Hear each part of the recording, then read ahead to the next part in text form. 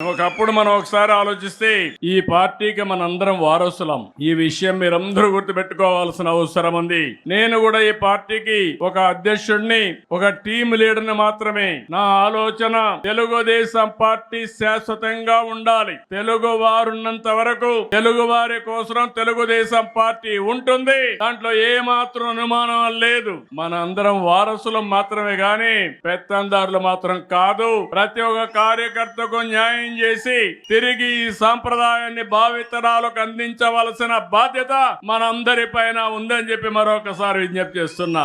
అందుకే మీరు ఒక్కసారి చూస్తే ఎన్నో పార్టీలు వచ్చాయి. చాలా పార్టీలు ఎప్పటికప్పుడు కనుమరుగయ్యే పరిస్థితి కూడా వచ్చింది. కానీ అన్ని రాజకీయ పార్టీల కంటే తెలుగుదేశం పార్టీ భిన్నంగా పనిచేశాం. మీరు ఒక విషయం గుర్తుపెట్టుకోవాలి. తెలుగుదేశం పార్టీని లేకుండా చేస్తామని చాలా మంది ప్రయత్నం చేశారు. కానీ ప్రయత్నం చేసిన వ్యక్తులు కాలగర్భంలో కలిసిపోయారు. ఎవ్వరూ తెలుగుదేశం పార్టీని ఏమీ చేయలేకపోయారు. ముహూర్త బలం చాలా గొప్పది. అదే మాదిరిగా తెలుగుదేశం పార్టీ సంకల్పం కూడా చాలా గొప్పదని చెప్పి కూడా నేను మీకు తెలియజేస్తున్నా. ఇంకొక శతాబ్దం కాదు, ఒకప్పుడు చెప్పుకునేవారు ఏదైతే గుప్తుల నాటి స్వర్ణ యుగం అని, చరిత్రలో తెలుగుదేశం నాటి స్వర్ణ యుగం అని చెప్పుకునే రోజులు శాశ్వతంగా వస్తాయని కూడా మీ అందరికి విజ్ఞప్తి చేస్తున్నా.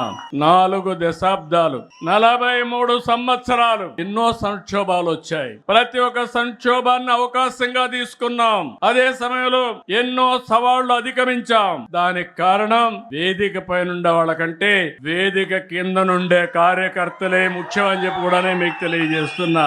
అందుకని పార్టీని ప్రాణంగా బతికే పసుపు సైనికులందరికీ నా అభినందనలు. మనస్ఫూర్తిగా పాదాభివందనం చేస్తున్నా. మీ అందరికి సెల్యూట్ చేస్తున్నా.